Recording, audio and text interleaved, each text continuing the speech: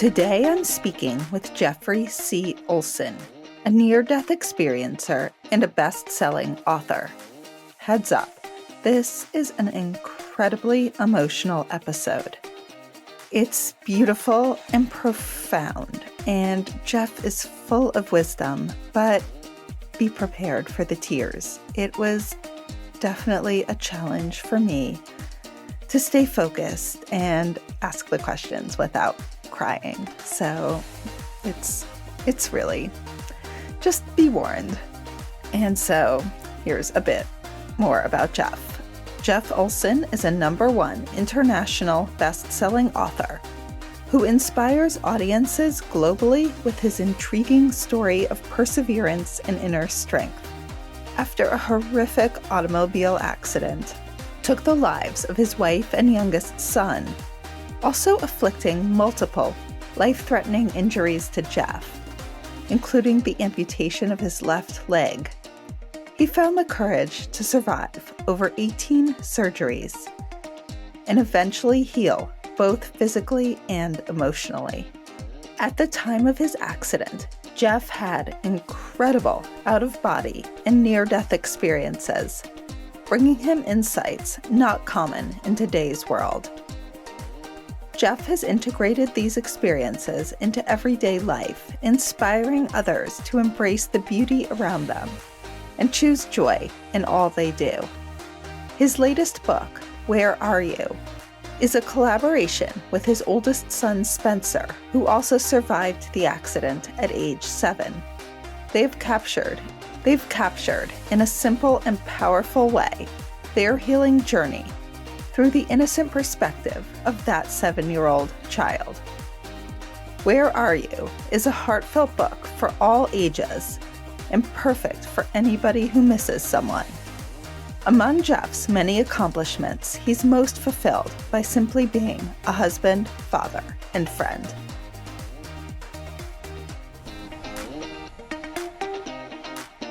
Welcome to What the F Just Happened? I'm your host, Liz Enton. If you listened to the intro, you know my story. If not, here's a brief summary. I'm a sciencey-skeptic, and when my dad died, I took a shot in the dark and decided to investigate if there was any possible evidence of an afterlife. I assumed that was as realistic as Santa Claus, but I was desperate.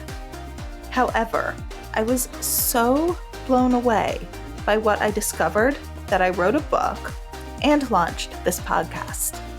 In this podcast, I'll be talking to some fairly normal people about some really weird stuff.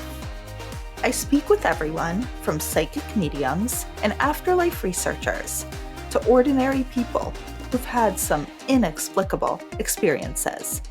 So come, listen. There's no need to draw any final conclusions. Keep an open mind and wonder, what the F just happened? Hey everyone! I'm really excited to let you know about the science and spirituality salons I'm now hosting. During these intimate events, a scientifically verified psychic medium will give all of you readings, and I will give a talk on the science and evidence that changed my mind about an afterlife. This will also be an amazing opportunity to get to meet some of you in person or virtually, and to share more about all the science and data that transformed my worldview and got me through my worst days. These can be hosted in your home, in a nearby cafe with a private room, or they can even be virtual. I've hosted a few already, and they were really special, fascinating, emotional, evidential. So if you're interested in getting a small group together over dinner, brunch, drinks, coffee, to learn more about the science and to get evidential medium readings, send me an email at hello@WTFJustHappened.net and put science and spirituality in the Hi, so today I'm speaking with Jeffrey Olsen. He I met him through people I met at the IANDS, International Association of Near-Death Studies conference, and he has just a really beautiful, emotional, evidential as well story that really, especially in the depths of grief, I think can give you some hope that it's not going to be this way for the rest of your life. So welcome, Jeffrey. Thank you, thank you, thank you. It's so good to be with you. Well, thank you. So, one beautiful, do you want to give us a quick um idea of how you started this in the first place? So, yeah, I never intended to speak about my near death experience and certainly not write a book about it, but that has all happened. And I am a near death experiencer. My experience was the result of a horrible automobile accident. The whole family was in the car, and my wife and youngest son were killed instantly in the accident. My oldest son, who was only 7 years old at the time, survived. I survived, but not without having the near death experience, the out of body experience, and all those things that go with it. And I'm blessed, if you will, because I have experienced after death communication as well from my loved ones. I like to say I have angels that look after me. First of all, your first wife, her name was Tamara, and there was something I thought really a good part of your book was also a bit of a love story. There was something I thought wonderful about your meeting her. Would you mind sharing about that? Gosh, yes, and Tamara is how she said it. Tamara. Tamara. Okay, Yeah, sorry about that. I met her. I met her as a college student. I was young. I was 21 years old. I was playing Division I football up at Utah State, and she walked into the room, and I didn't know her name. I'd never met her, but there was there was like a lightning bolt that said, "Pay attention." And I think the biggest miracle is that I introduced myself. I was actually quite shy. And, we became friends, and then it turned into a romance and a courtship, and we were eventually married. But there was like a knowing when she came in the room. It was like, wow, there she is. And there was something deep within me that even beyond pay attention, it's like this is the one. Yeah, that's what stood out to me when I read about meeting her in your book is not only were you so young and you just knew it was like you were just being put together. That was it. No choice, meant to be together. Is that what you felt? Well, certainly. I mean, it was beyond love at first sight, and I think there's always a choice. But yeah, there was a knowing, and gosh, we were married about 3 years after we met. And I even did we were even long distance for a while. I was living in Scotland, so and oddly enough, it deepened the relationship rather than taking it down or You every causing distance. right. And so then you married and Yeah. had two wonderful children, Spencer and Griffin. And yes, well, and then, you know, you are you comfortable getting now into the accident and your experience? Yes. Yeah. It was a blissful relationship and marriage, and two boys were born to us, two sons, and we were 10 years into our marriage. We were just about to celebrate our 10-year wedding anniversary.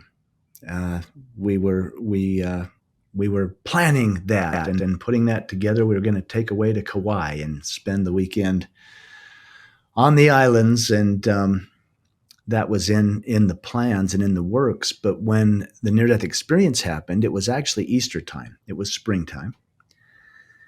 And we had taken a family road trip to southern Utah. We were living in northern Utah. We went down with the beautiful red rocks and all the rock formations. And Tamara's parents lived down there, and her grandparents. We went to visit her family as well.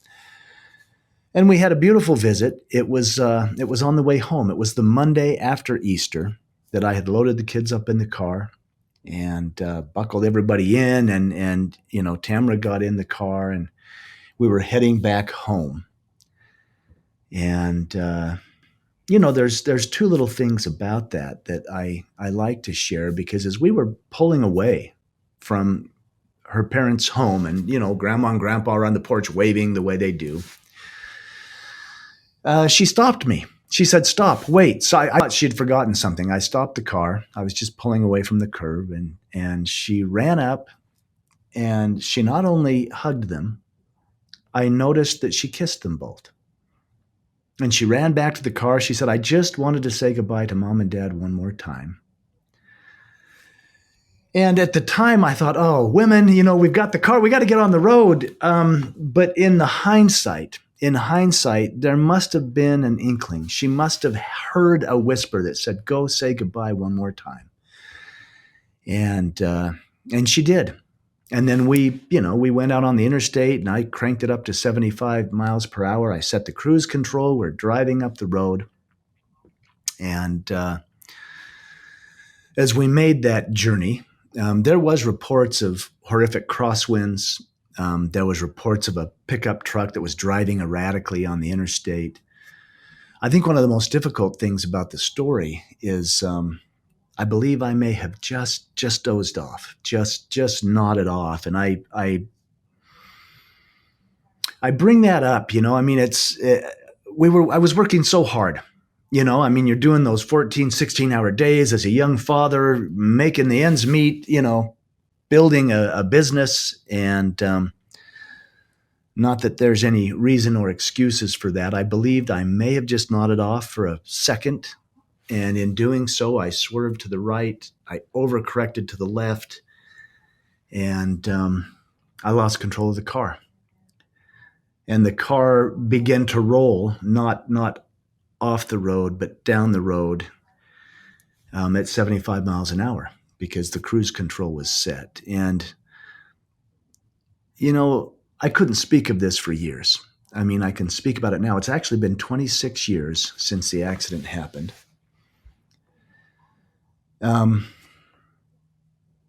sometimes it's still emotional, but I can talk about it. And as the car crashed, as the car's rolling, I blacked out for most of that. But when the car came to a stop, I was completely conscious. And the first thing I heard was Spencer, my oldest son, crying hysterically in the back seat of the car. And my first inclination was, I've got to get to my boy. I've got to get to my boy. And that's when I realized I couldn't move. I was pinned either to the seat or the floorboard. There was the rancid smell of gasoline, all the broken glass. And I was actually unaware of my injuries. I knew I was in pain. I knew I was struggling to breathe, but the adrenaline was such, it's like, I've got to get to my son. But what had actually happened to me is both my legs had been crushed. My back had actually been, two of the vertebrae were cracked. My right arm had almost been torn off. My rib cage was damaged. My lungs were collapsing, and the seatbelt had cut through and ruptured all my intestines. I was unaware of any of the injuries. I just knew, I've got to get to my son. He's crying. But that's when I realized that no one else was crying. And in that moment, I was acutely aware. I knew Tamara was gone. And I won't talk about what I saw or what I experienced. I knew she was gone. I also knew that Griffin was gone. And boy, that's the darkest place a man could ever be in. There I was with a hysterical 7-year-old I couldn't get to. I'm pinned. I'm losing consciousness. I know half the family has passed. And I was driving the car. The guilt, the regret, I kept thinking, can't I roll that back? I do a lot of work on a computer. There's that control Z, that undo. I just, I can't, the horror of what was happening. And I only set that up because the darkness and the heaviness of that was the moment that the near-death experience began. In all that trauma, I felt light. In fact, light came. It's like light came to me and surrounded me. Light was comforting me. And it felt as if I was being lifted up, lifted out, delivered from the accident scene. And suddenly I was fine. There was no pain. I could breathe. And I was even questioning, how can I possibly be okay? What's happening? And in all this light, as I'm coming to terms with, wow, how can I be okay? Suddenly, Tamara, my wife, who I knew was deceased at the scene, she's there in the light with me.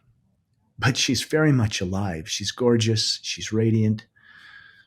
And she's communicating with me. In fact, she was emphatic. She kept saying, Jeff, you've got to go back. You've got to go back. You can't come. You can't go. You've got to go back. And we had a conversation. We had a conversation about if I stayed with her, Spencer, our 7-year-old, would be orphaned. And she was emphatic that I return. It was almost like a knowing in that instance too. It's like I've got to go back. And we made a choice. We made a choice that I would come back, and that may be the most profound goodbye I'll ever say. And in returning, I didn't have to figure out how to return. It was the intention. I'm going back. And as I made that choice, I found myself moving about a very busy level 1 trauma center, emergency room situation. I have no concept of time in being in this light and saying that goodbye. I later found out people arrived at the scene, emergency services were called, I was extricated from the car. I had to be life flighted or airlifted to the nearest level 1 trauma center based on my injuries. But I was unaware of any of that. All I knew is we had crashed. I'd said the most profound goodbye I'll ever say. And then here I was moving about the hospital, seeing the doctors, the patients, the families. In fact, when I say seeing, it was almost like I had a 360-degree awareness of what was going on.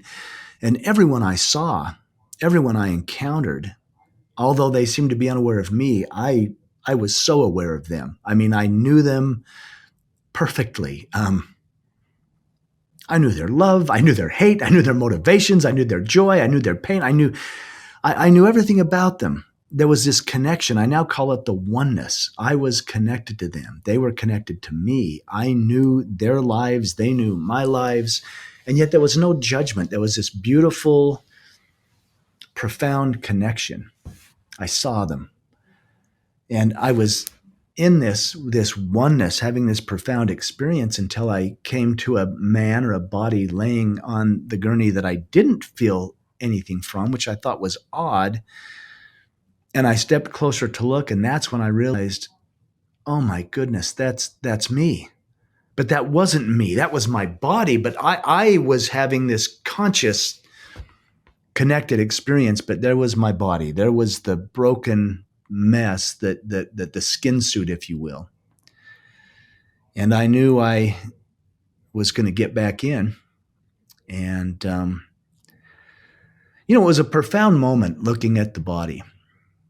I realized I had always taken it for granted. I mean, there it was, and my soul, my spirit was outside of it.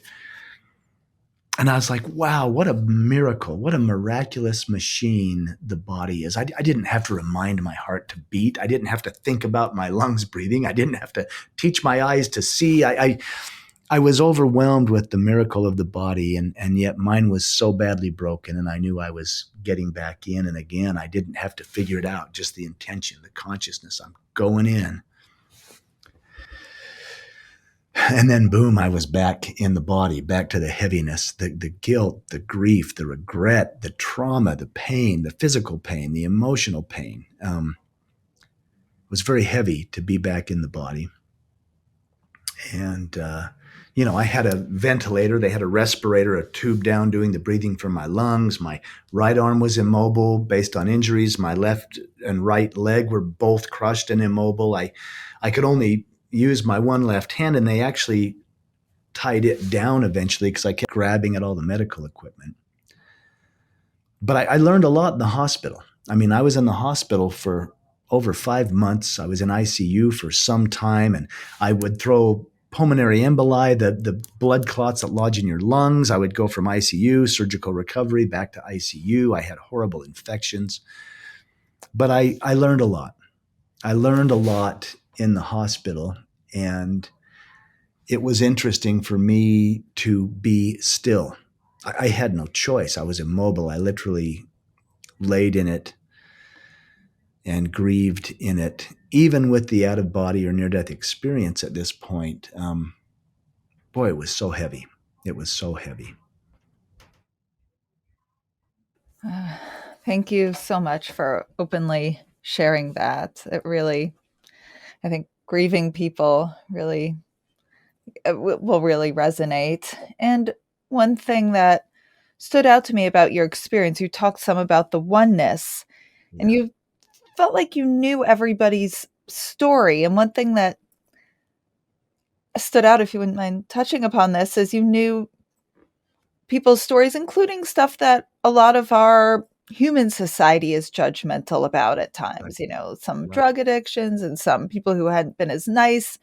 And you had so much love and non judgment for each person. Would you mind sharing a little bit about what you knew about individual people and your emotions around that, or lack of judgment, or Yeah, there was no judge. It was only love. It was an overwhelming connection. And I'll use a few examples. It's like, wow, I could perceive things. I passed by a nurse, and I felt, I realized, I almost experienced as if it was my own. I was acutely aware of the abuse that she had survived as a child, emotional, physical, sexual abuse.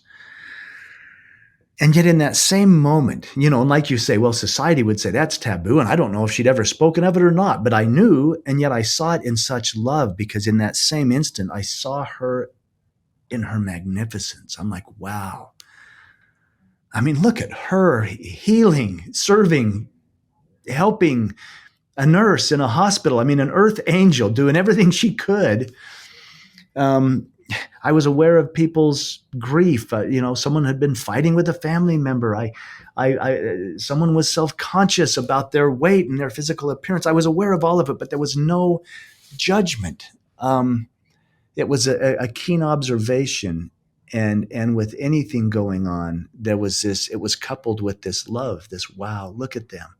They're here. They're living. They're being, and there was this great sense of honor for the human race. It's like, wow, we really, are in an interesting vibration here, experiencing almost what we're not. And yet I was seeing people as who they are, these divine, eternal souls who, in spite of the challenges, were glorious. Were glorious. and oh, need a moment to digest that. Thank you. And you also shared about how sometime later, while you were still in the hospital, one of the initial doctors who helped save you, was it two doctors or a doctor and a nurse? I can't remember exactly, but they shared something that really verified your story. And I found that very profound. So, Yeah, what happened there? it's interesting. I mean, there's so much to it. I mean, you mentioned it. It was a love story, and it is a love story, but it's also a story of profound connection and friendship. So, what had happened? As I'm airlifted or life flighted into the ER, the attending level 1 trauma physician, a fellow named Dr. Jeff O'Driscoll, it was he and a nurse. And actually, the nurse, and I'm recounting I was unaware of any of this. I'm recounting his story to me. They came to see me when I was finally in surgical recovery. It was probably, I don't know how many weeks after the accident, but they had been impressed to come see me. Now, the nurse, who may be the key figure, and she chooses to remain anonymous, and I honor that, but she had gone into the trauma room as they were working on my body, and she experienced the presence of Tamra, my wife, who had passed in the operating room. And she and Dr. O'Driscoll had some conversations about spiritual things that happen in the ER and in the hospital. So she went and got him. And she said, you must come. You've got to come down here. And he came into the trauma room. And he wasn't hands-on working on me. He was overseeing, if I recall, and I don't know all the details. I think they said they had 5, specialists working on me, everything from respiratory to, orthopedics to all the, internal medicine people. There was so many injuries. But Dr. O'Driscoll came in and he said, suddenly he saw Tamra, or saw her soul standing above my body in the suspended in the air above my body, and she began to communicate with him. Now, when they came to see me, they didn't know me from Adam. Know that I may not shared my near-death experience with anyone. They knew there was a fatality. Dr. O'Driscoll said they had been informed that there was a fatality, and he said they review that so that they know the impact or the torque of the accident from a physical aspect. But here he was having this spiritual experience. So he knew that there had been a fatality. He knew that my wife had passed away. But as they came in and encountered her spirit, and when they first came to share this, I was barely able to have visitors come. And when they came in the room, this man and this woman, and they weren't in their medical attire. So I wasn't sure who they were. I'm like, how do I know them? And I, were they a couple? I didn't know. But when they finally said they were members of my initial trauma team, I said, oh, wow.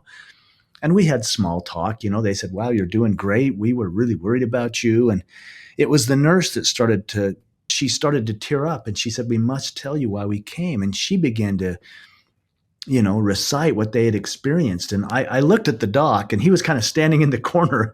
The nurse had come and sat right by my bed. She was a lovely, bedside manner. The doc was kind of standing off, but somehow I looked to him like, okay, doc, and he said, yeah, we experienced her spirit. She communicated to me. And I said, what did she communicate? And he said, she simply shared her gratitude for everything we were doing to save your life. And I burst into tears. I thought, he doesn't know that I made this deal. He doesn't know that I had a near-death experience. He doesn't know that I, told Tamra goodbye. And maybe in my saying goodbye to her, he was literally saying hello and meeting. And here she was thanking him for all they were doing to save my life. And the doc and I became instant friends. I mean, I thought, wow, I can, I was still processing everything that had happened to me. And there was more that happened at the end of my hospital stay. But even what I had experienced, I thought, well, I can trust him, because if I'm crazy, he'll get me in the psych ward and get me the services I deserve to have. But I thought, wow, here's a clinician, a stranger. He doesn't even know me. And he's saying we had this profound experience. And it was very, not that I needed validation, but it was very validating. Okay, Jeff, what you experienced was real. I knew it was real, but wow, here was 2 practicing clinicians that said we had a profound experience as well. And during your hospital stay, and you mentioned also towards the end, you still had communication. That was like you were going in and out of body. Yeah, I mean, like I say, it was months. I was in the hospital for months. And yet it's probably worth pointing out the 2 most profound near-death or out-of-body experiences were at the scene of the accident, before narcotics had been administered. I mean, gosh, in the hospital, I was on morphine and everything else. I mean, I was quite in bad shape. But at the end of my hospital stay, I was out of ICU. I was out of surgical recovery. I was actually in the rehabilitation wing. They were attempting, to teach me how to use this electric wheelchair. I mean, my right leg was in a brace, sticking straight out. My left leg was amputated above the knee. My right arm was in a sling because they were trying to repair all the shoulder and rotator cuff. And so they were attempting to teach me. I had a colostomy because of the ruptured. I was a mess, but I was going to survive. By this time, I was only weeks away from going home. And I had this profound experience again. In fact, they had stabilized my abdomen and the colostomy was there. I could finally sleep on my side, which is how I naturally sleep. And I recall falling into a deep sleep. And yet I was very aware that I was sleeping. I was like, wow, I'm finally sleeping. I had laid on my back so long, I'd rubbed all the hair off the back of my head. The back of my head was bald. I'd been laying in a bed so long on my back. But in that sleep, I felt light come again. Just like at the scene of the accident, I felt that light come. And it embraced me and comforted me. I was in such grief. I mean, I was in such grief. Half the family gone, my body busted forevermore, at least in this realm. But when that light came, it was comforting me and all that. And again, it felt like I was rising above the hospital bed. But this time the light dispensed. It like went away, and I was in the most beautiful, incredible place. People say heaven, the other side, the spirit world. There's lots of names. The only word that even comes close to what I was experiencing is I am home. I'm home. It was so familiar and so welcoming. And I began to run in this experience. I had both legs and both feet. I was whole. And I was so joyful that I was whole. I was running, and yet the experience was so physical. I can't explain. I could feel the energy of the ground beneath my toes and feet. I could feel the intelligence in every cell of my body, although I was out of the body. And I began to run joyfully, thinking, I'm home and I'm whole. I'm healed. I'm whole. And then I got the message that I wasn't there to stay. And at that same time, there was this corridor off to my left, and I knew intuitively I'm to go that way. So I made my way down it. And I'd grieved so miserably my little son, Griffin. He was ejected from the car in the accident. His car seat had broken apart. And I had lamented that, and even at the scene, I knew he was gone, but I had grieved that so miserably. And as I'm heading down this corridor, at the end of the corridor is a crib. Now Griffin was just a toddler, and he was still sleeping in a crib at the time of the accident. And so there's this crib. And so I race to the crib, and I look in it, and there's my little boy. There's my little boy, and he's perfect, and he's as glorious and beautiful as Tamra was in that light. And I swept him up. I swept him up in my arms. And again, the sensory, the physicality. Have you ever picked up a sleeping child? There's a weight and there's a heat. Yeah. I was experiencing that, and I held him, and he's solid against me. It was so sensory, so physical. And yet it was so spiritual, and it was so real. It's like, this feels like the weird, foggy dream. That was so super real.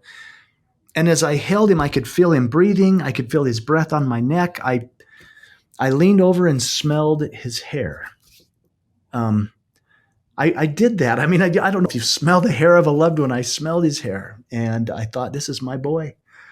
And I began to weep. I'm holding him. I'm thinking he's okay. He's okay. And as I was holding him, this intense presence was behind me, this overwhelming, cosmic, wise, powerful presence. And I had grown up in a conservative Christian home. I'm holding my little boy, and I'm thinking, that's God.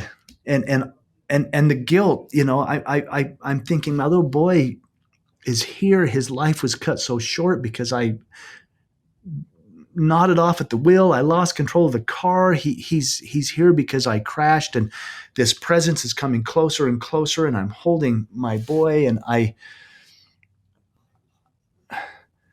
had this thought as the presence came so close. I thought, oh, I hope I can be forgiven.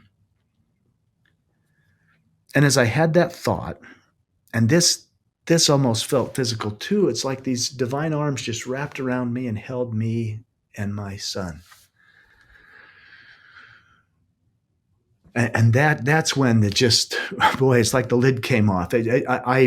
We became one, and yet I was individual. My son was individual, and here I am in the arms of the divine. But we became so fused, and then there was just this downpour of love and peace. And I'm in this thought of, I hope I can be forgiven. And it was communicated to me, not even through words, but like, there's nothing to forgive. Everything's in divine order.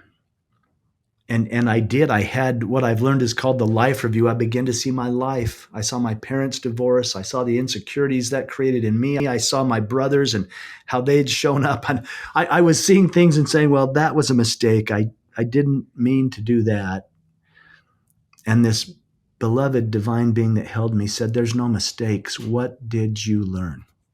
What did you learn? And I saw things, I said, yeah, but that was wrong. I know it was wrong. I did it anyway. There was so much love. There was so much love.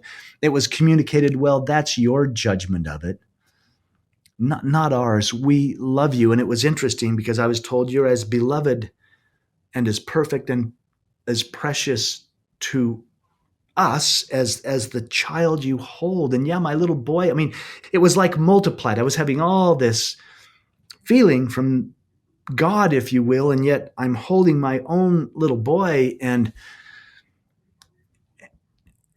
it's like, Griffin, my son, he's precious, he's perfect, he's beloved, and yet I was realizing, wow, in the arms of God, I'm seen as perfect, precious, beloved, and yet it was a very personal experience, but I knew it rippled out to everyone. I felt this overwhelming love to every living soul, and for every living soul, not only within me, but within the entire universe. It's difficult to find words to describe what I was experiencing, but in all of that, and I'll tell this briefly, but I was still grieving the fact that he was there, and it was communicated to me that I had a choice. In fact, it was strange given my conservative Christian upbringing. The being that held me said, I want you to have your will. And I'm like, well, wait a minute. It's your will be done. I've been taught that since I was a child. And I had that question. It's your will be done. And the love I was held in, God said to me, your will is my will. That's how much you're loved.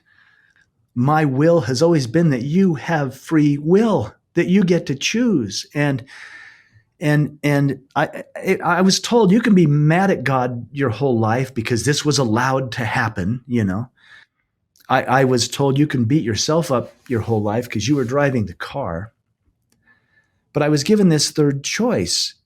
God said, you can give your son back to me. You can exercise your will and hand him over and trust and let go, and it won't feel so much like he was ripped from you.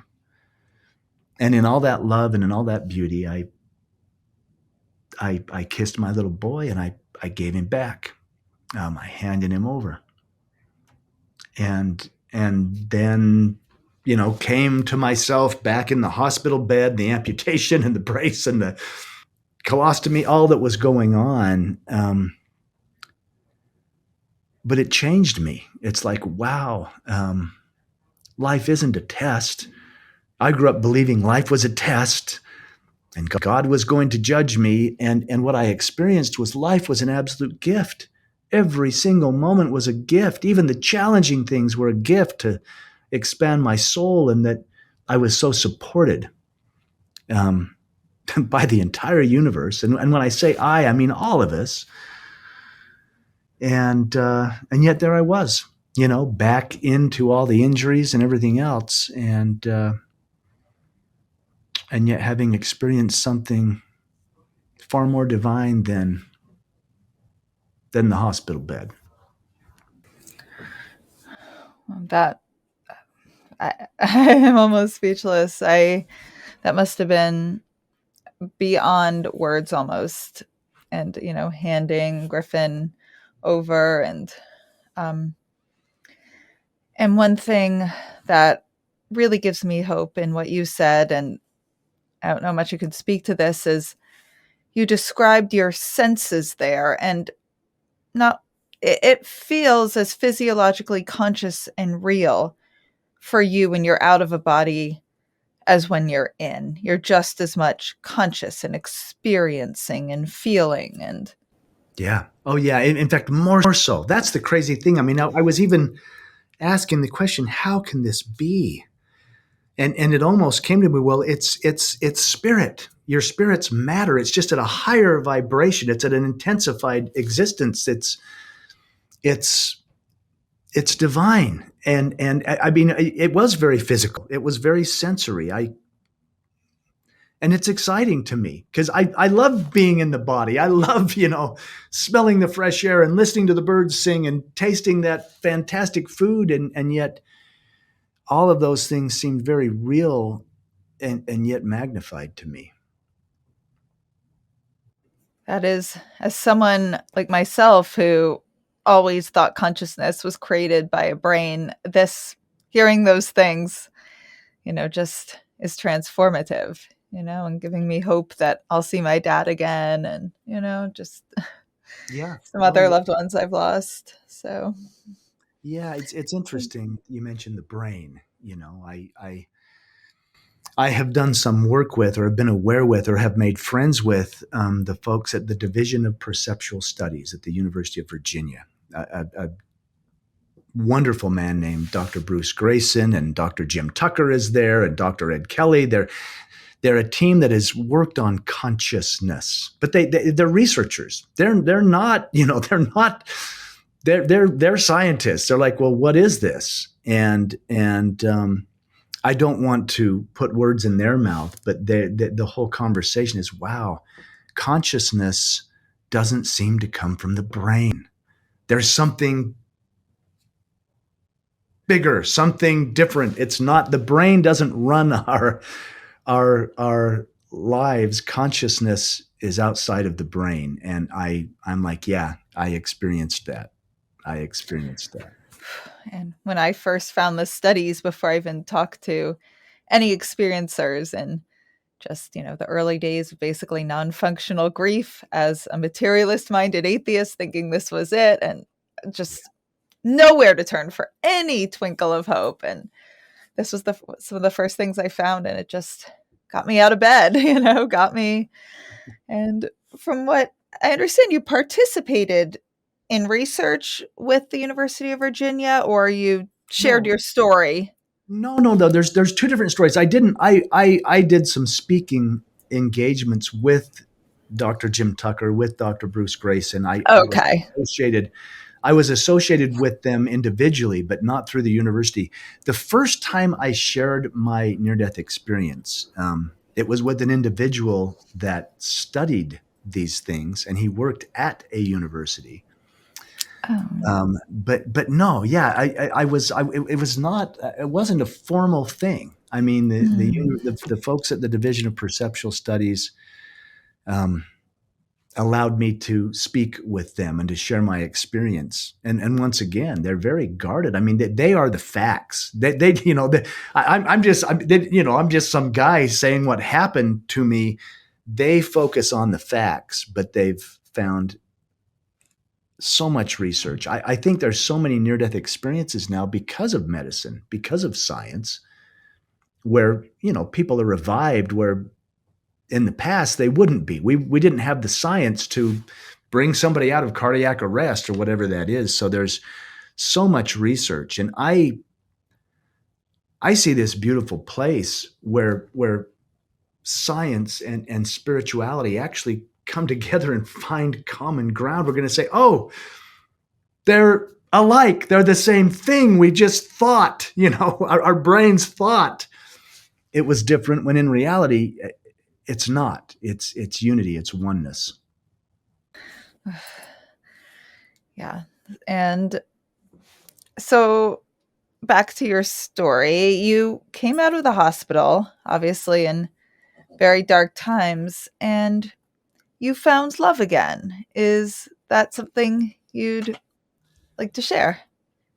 I did. I fell in love again um, with my dear Tanya, and yeah, there aren't words for that. I found love again, and we rebuilt a family. We adopted two boys, and I honor her. I honor her for the role she's played in my life. Um, she's a magnificent woman. She's a magnificent woman. And one thing in your book, Tamara mentioned that she had a dream. Was that the morning of the accident or shortly before it? Am I correct? Yeah, yeah. We were getting ready to go on this family adventure. And this is Tamara, my first wife. We left on Friday. This was Thursday morning. And she had a strange premonition. I mean, well, she was acting kind of quiet and she was getting ready, and I was jumping in the shower, and I asked her, what's going on? And she simply shared, again, this is all hindsight. She said, gosh, I had this strange dream that you were marrying someone else. And I said, oh my gosh, dear, come on. I mean, I love you. I mean, I didn't know. And she said, well, no, the disturbing thing is she said, I was okay. So she had a dream. And I think she had a lot of premonitions that she didn't even realize. She didn't know what she didn't know, but this dream. And then I want to go say goodbye to mom and dad one more time. I think there was a lot of things in her consciousness that she was aware of. And I wasn't. I was a dad driving the car, getting the car packed. Oh gosh, she had this crazy dream. It's only in hindsight that I see those puzzle pieces that fit. And I'm like, wow, she knew, but she didn't know that she knew. And one thing I also found interesting when you met Tanya, you described some of the similar feelings and a few beautiful, the instantaneous knowing, and I believe you used the word ancient knowing as well. And you got some kind of amazing message about Well, going ahead with yeah, it. So, it was a deja vu. It was just like when Tamara had come in the room, and I had a great deal.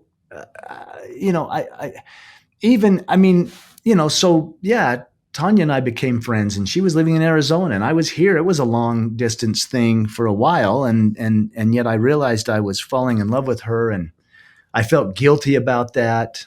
I went to Tamara's grave at one point and I was angry. I was lonely. I was upset. She had passed and left me. And I was all in the pain of it all. And I had an experience there at her gravesite where I felt she came to me. And she seemed to acknowledge, yes, I know what you're going through, but we had a deal. This is part of our contract. And of course, I said, I'm falling in love with this woman.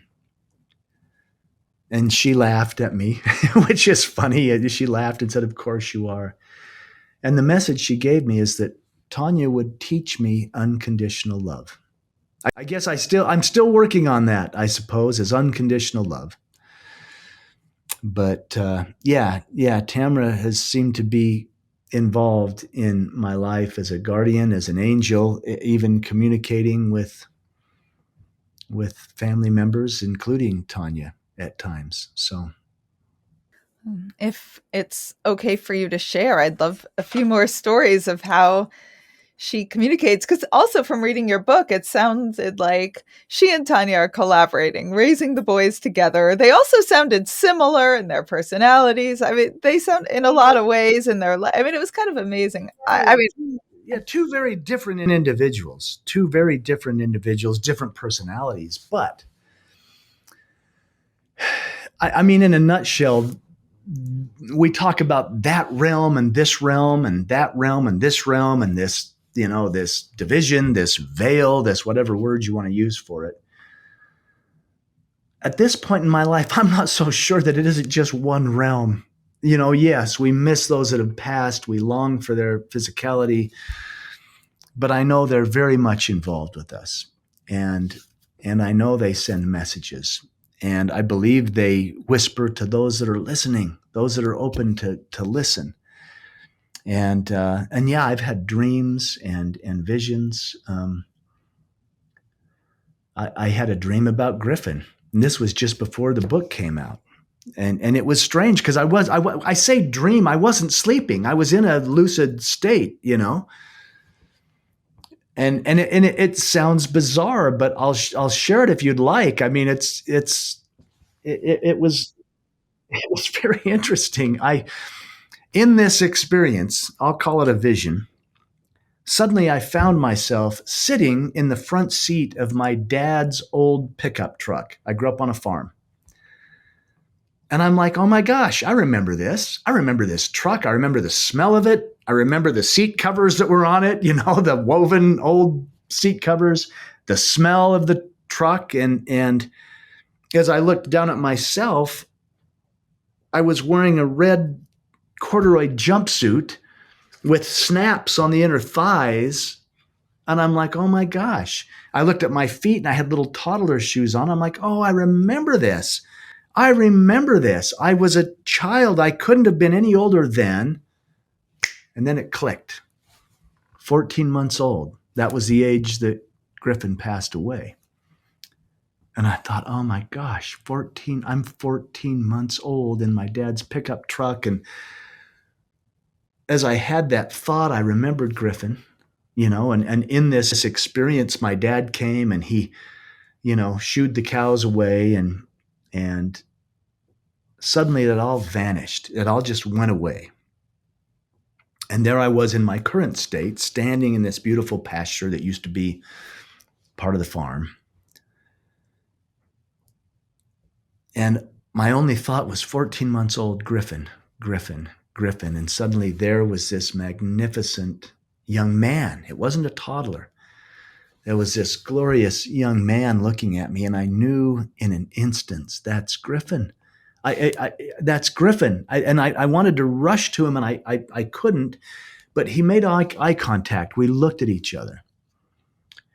And there was this nonverbal communication. He communicated, I wanted you to remember this because I want you to know I'll never forget being your little boy.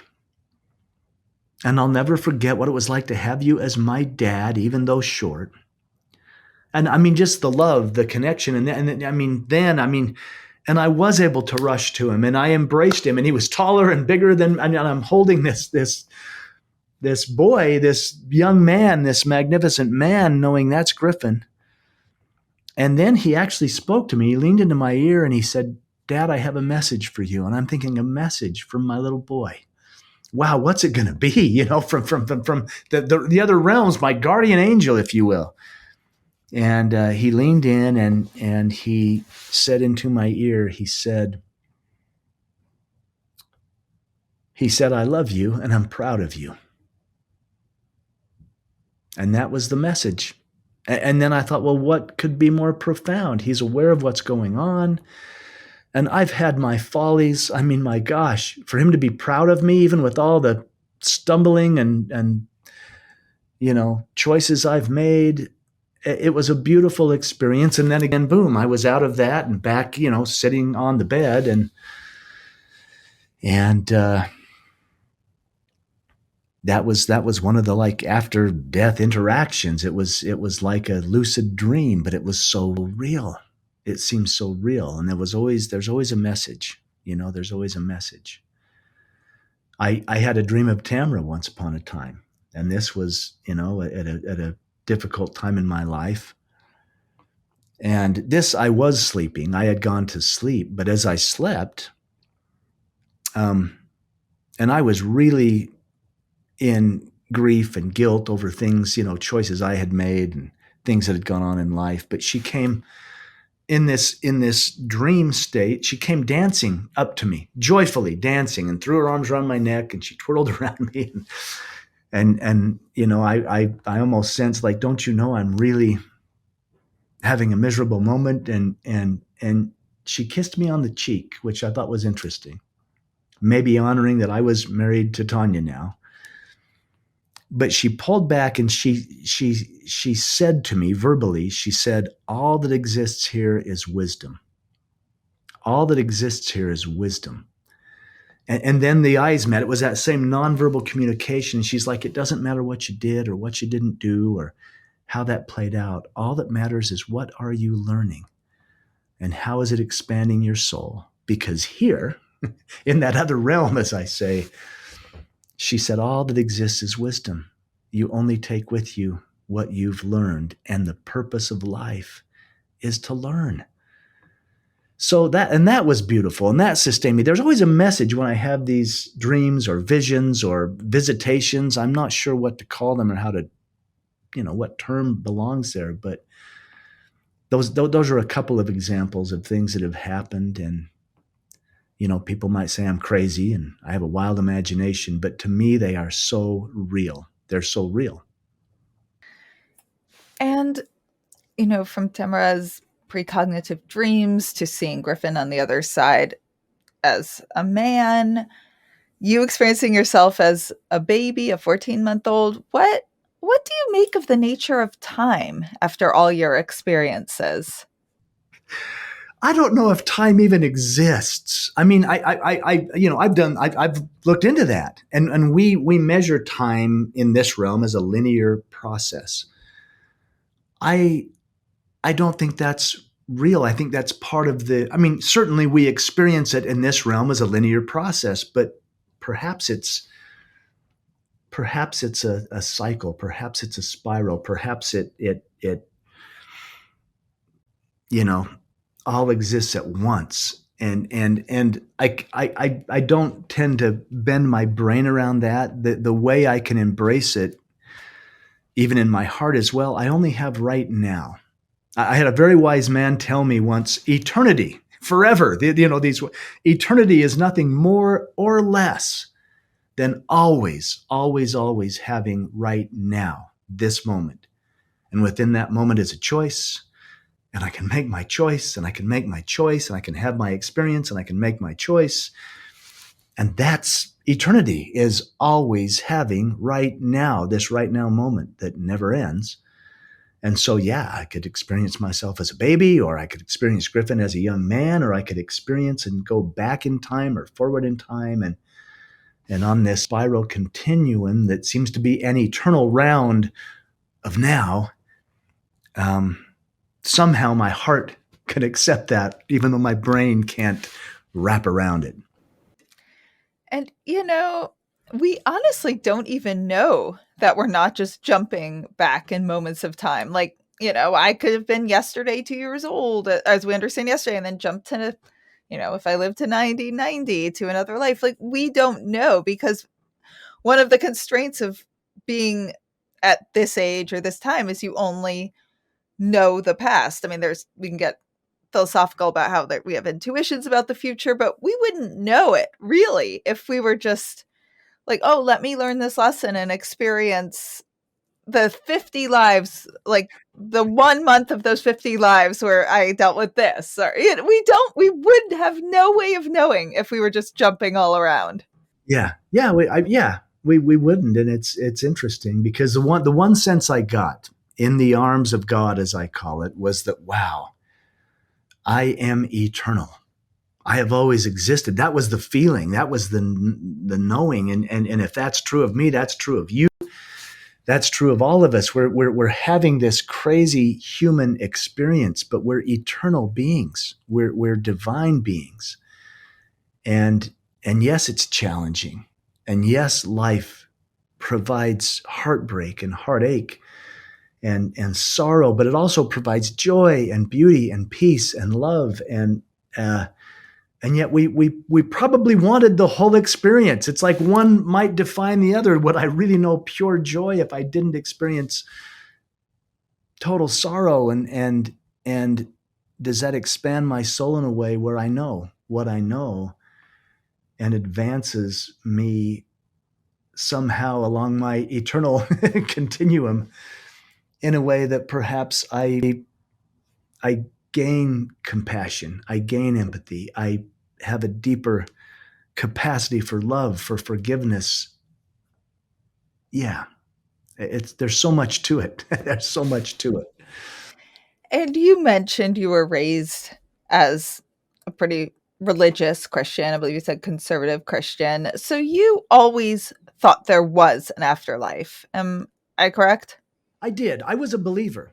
Yes, I Mhm. was a believer. And even as a young boy, I would look out into the cosmos. I grew up in a dark sky rural community, and I would look up at those stars and I would think there's so much more. And I don't know. I I probably always had a seeking spirit. I mean, I believed what I was told in Sunday school about,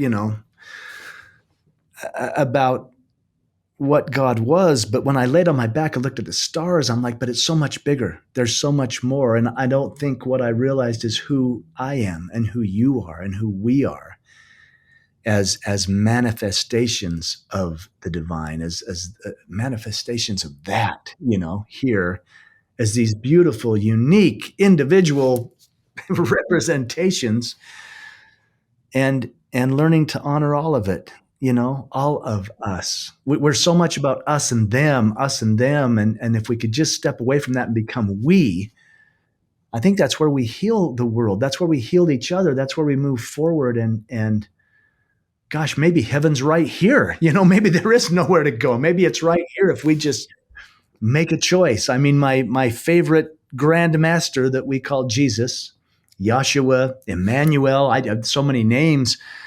It's recorded that it was said, thy kingdom come, thy will be done on earth as it is in heaven. And perhaps that's up to us. Maybe the whole cosmos, the whole universe is waiting. Well, they'll get it. They'll get it. They'll step into love. They'll figure it out. They'll realize who they are and what they are, and that will all be on earth as it is in heaven. We got a long way to go, but I hold on to the notion that we're capable. Well, it's very interesting you describing being taught one thing in Sunday school and believing in God and looking up at the stars and saying, oh, there's just so much more because, I was raised culturally Jewish, but pretty much atheist. And I would have the same thoughts. I, could never attribute it to words like God. Similarly, I'd go back to my educational upbringing, but I would look, remember looking into skies and reading about black holes and thinking, would that tie into an afterlife in some way? And then I was like, oh, I'm being crazy. But it's so interesting when you have people who were taught such different things, and yet we had the same thoughts in certain ways. And probably most people, probably when you talk to them, whatever they're taught, probably do, Yeah. I think it's interesting. After the near-death experience, boy, I leaned way into my own Christianity, but I also was so curious. It's like I studied Buddhism. I looked into Hebrew and Judaism, and I got involved in Native American cultural beliefs, which people would say were pagan, but it's like no. They were deeply, deeply, deeply spiritual and very connected. And what I've found for me is there's this golden thread of truth that runs through all of it.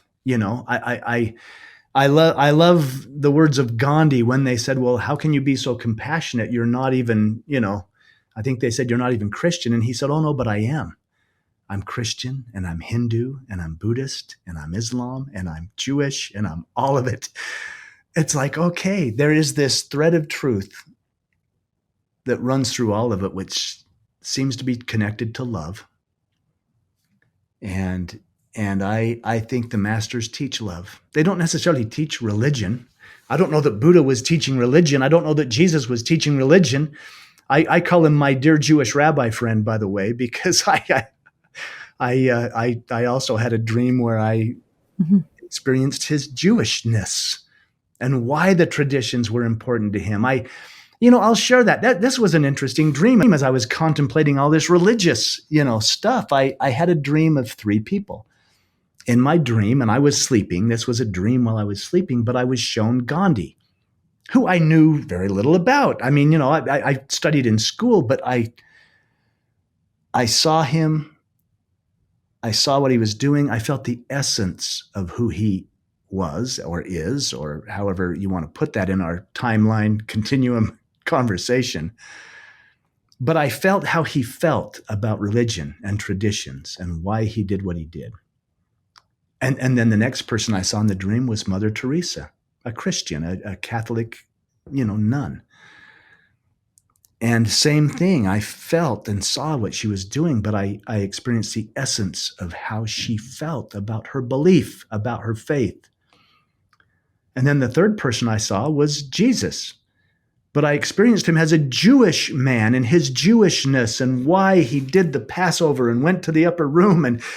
And I experienced the essence and yet the whole thing wrapped up in a way where it was like, wow, it wasn't about the religion. Here you have a Hindu man, a Christian woman, and a Jewish man, and their practices and their beliefs, but it was about their connection, and it was about their love and their service. And somewhere in this crazy dream, it's like belief and faith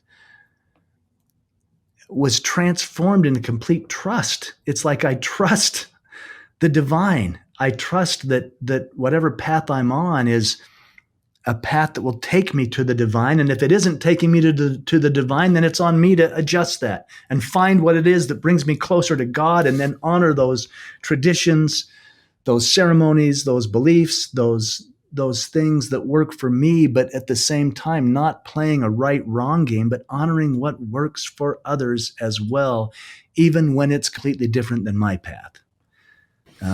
Right. Maybe that's the oneness, is the uniqueness in our belief systems. But is it taking us to love? Is it bringing us to God? And maybe we can stop fighting over it and embrace each other and walk arm in arm and be divine rather than fighting over who is most divine. You know what I mean? Right. And be curious. That's a big thing for me. Be curious about why people think this. If it's different than you, have interest in that instead of say, well, I'm right and you're wrong, or you're a bad person, because we see one of the most complex questions and mysteries of our universe and we see it differently. I mean, that's to be expected, that we're not all going to have the same thoughts. I mean, it's beautiful. It would be so boring. I mean, if we were all the same, I think it would be boring. I think it's good that there's diverse thought, diverse cultures, diverse practices, diverse races, all of it. I think it's a beautiful thing.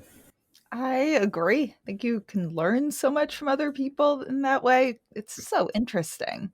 Um, so I guess I don't know if you feel you fully answered it or already, but you had one belief in how God and afterlife was, and now seem to think it pretty differently or fairly differently. What would you say? Is there anything that just sort of, if you look back at your earlier Christian self, I assume you're still a Christian, but your earlier, I embrace all. Can't even get to. yeah, I'm very much a Christian, and of course, others would say, well, there's one way. There's only the one way, and I'm not going to sit and argue over those things. And I would say that it's not that I changed. It's like that it expanded. It expanded. Everything was turned inside out, and maybe even upside down in some way. Where, I mean, well, for instance, and this is another story, if you'll bear with me. I was hiking one time with the boys, and they were old enough that I couldn't keep up with them with my prosthetic limb, and that they're heading up the mountain, and I couldn't keep up with them. And my oldest son, Spencer, who survived the accident, he was old enough. I said, look, take the boys. You guys go up to Elephant Rock is where they were going. I said, I'm going to wait here, and I'll be here when you come back down. And I sat on a rock, and it was springtime in the Rocky Mountains. It was beautiful. But I was lamenting, gosh, I can't even hike. I can't even get up the hill with the boys. I can't even this and can't even that. And woe is me. But I was sitting in that energy, and yet I began to look at the beauty around me of these wild flowers in this mountain meadow, and I'm sitting on the rock. And the words of Jesus came to me, our dear Jewish rabbi, if you will, given your background. And he said, consider the lilies of the field, how they grow. And I was like, oh, wow, look at that. Look how they grow. They don't spin and toil, and yet they're more glorious than the greatest king you'll ever know. And I'm looking at these flowers and I'm hearing these words from my biblical upbringing, but they had a whole new meaning. It's like, wow, yeah, those flowers just reach to the light and they don't argue about who's red or white or purple. And it seemed to transform me. I felt as if, gosh, I bet the master, Jesus was sitting in a meadow like this and giving this sermon, and the people were seeing the flowers, and suddenly it was recounting to me.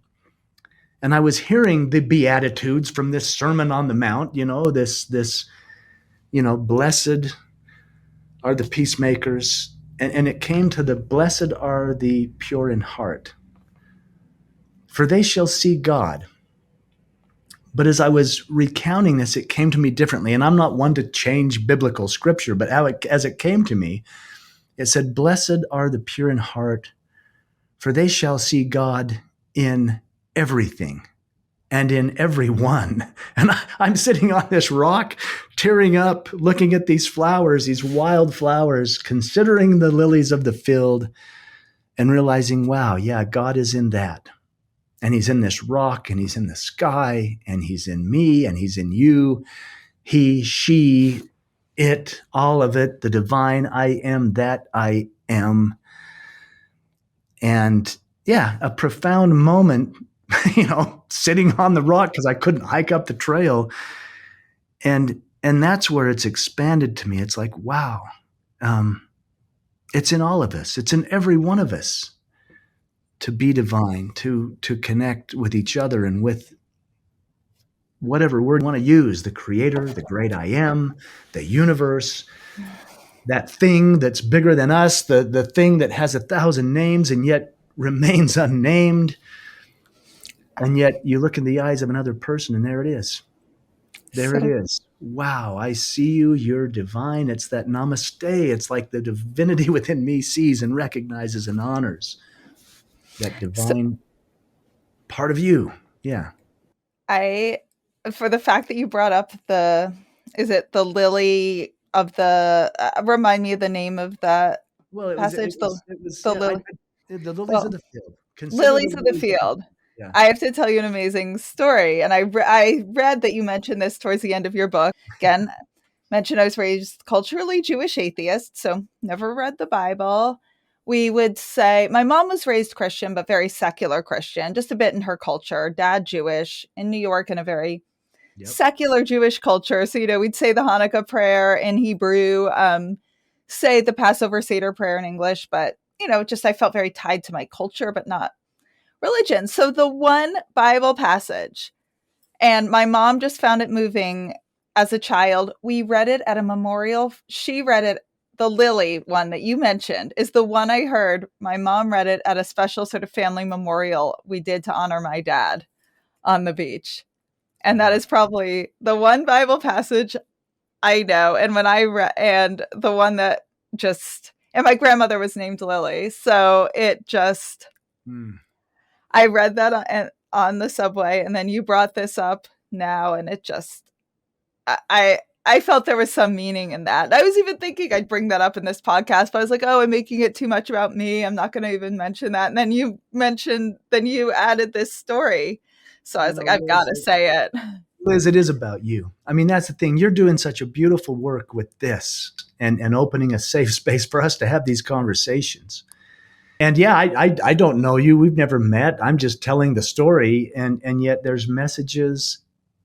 There can be a message in the song that comes up on the radio. I mean, there's a message on a billboard as you drive by, and it might have a word that speaks to your heart. There's so many signs and wonders around us that life is miraculous if we're open to it. And yeah, honor your culture.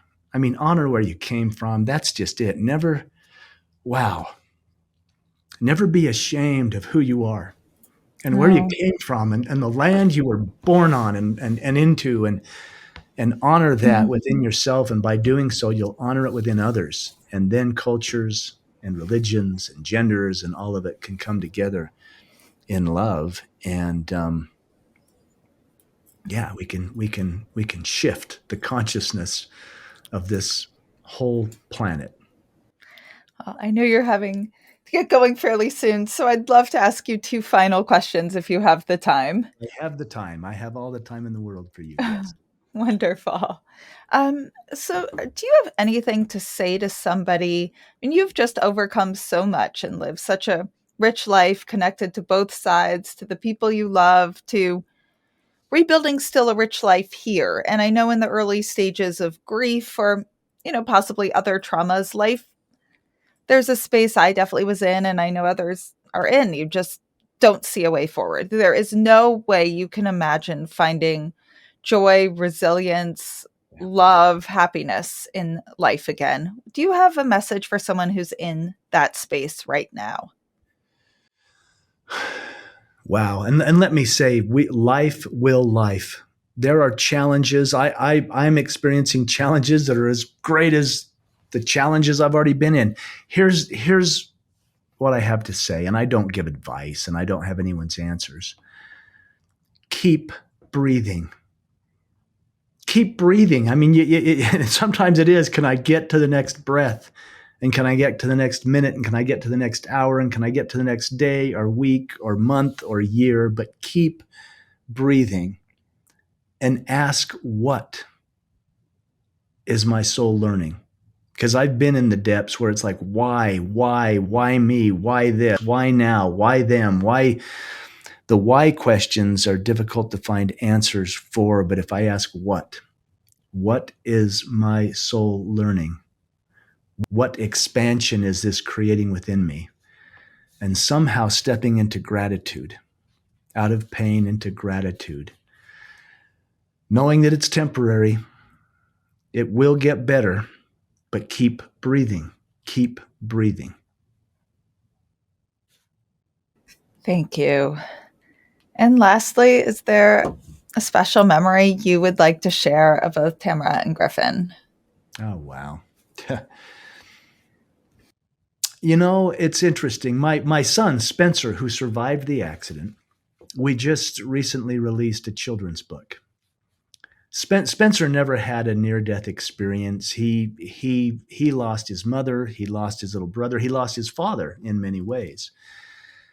And it's a beautiful time because as he's grown up and fallen in love, and now he's married, and we just brought my first baby grandchild, a baby grandson, into the world here only about 5 days ago. Oh my God, congratulations. What's your I'm, grandson's name? his name is Maverick Maverick. James. But the reason, and here's my memory of Tamara and Griffin. Spencer and I wrote this children's book, or we collaborated on it, and Spencer wrote it from the perspective. The book's called Where Are You? And this was the perspective of that little 7-year-old boy. Where are you? I've looked in the kitchen, I've looked in the garden, I've looked in the sky. Where are you? And yet there's this beautiful realization that anyone that has passed lives on within us. And even the divine. I mean, I bet there's many that say, well, where are you, God? Well, if you're in the lilies of the field, and if you're in the clouds, and if you're in me, then you exist where I can find you. But one of my favorite memories of Tamara and Griffin is a picture in the back of that children's book. And it's a photograph that Spencer took as a little boy. He had a little Fisher Price toy camera, but it actually had 35 millimeter film in it. And he ran into the room where Tamara was getting Griffin ready to go for the day, and they were going to take off and go. And Spencer ran in and took this snapshot. And this was only about a week before the accident, and so I never got the pictures back till after the accident had happened. I mean, it had been months after, and we finally took the film out of his little Fisher Price camera to get it developed. And here was this memory, this little moment in time of Tamara putting Griffin's t-shirt on, and they're both just beaming and smiling. And Spencer was the one that clicked the shutter. And that's a favorite memory. It's a moment. I mean, and here's how we can wrap up. It's a moment. It's a one shutter click. But boy, the little things are the big things.